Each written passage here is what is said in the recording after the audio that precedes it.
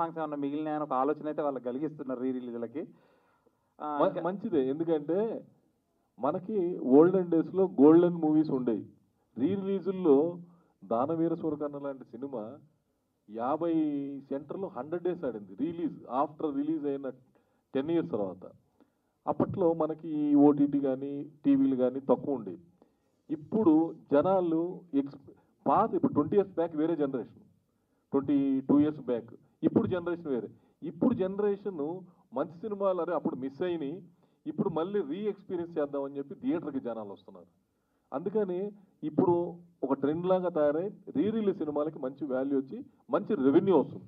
దీనివల్ల నిర్మాతలకి చాలా బెనిఫిట్ అవుతుంది. అది నిర్మాతలకి అలా రావడం అనేది చాలా అరుదు. అలా వస్తున్నందుకు ప్రతి సినిమా ఇప్పుడు చూడండి, చాలా సినిమాలు ఈ మధ్య రిలీజ్ అయ్యి బ్లాక్ బస్టర్ హిట్ అయింది. రిలీజ్ కంటే కూడా ఇప్పుడు బ్లాక్ బస్టర్ హిట్ అయిన సినిమాలు ఉన్నాయి. So I'm very happy.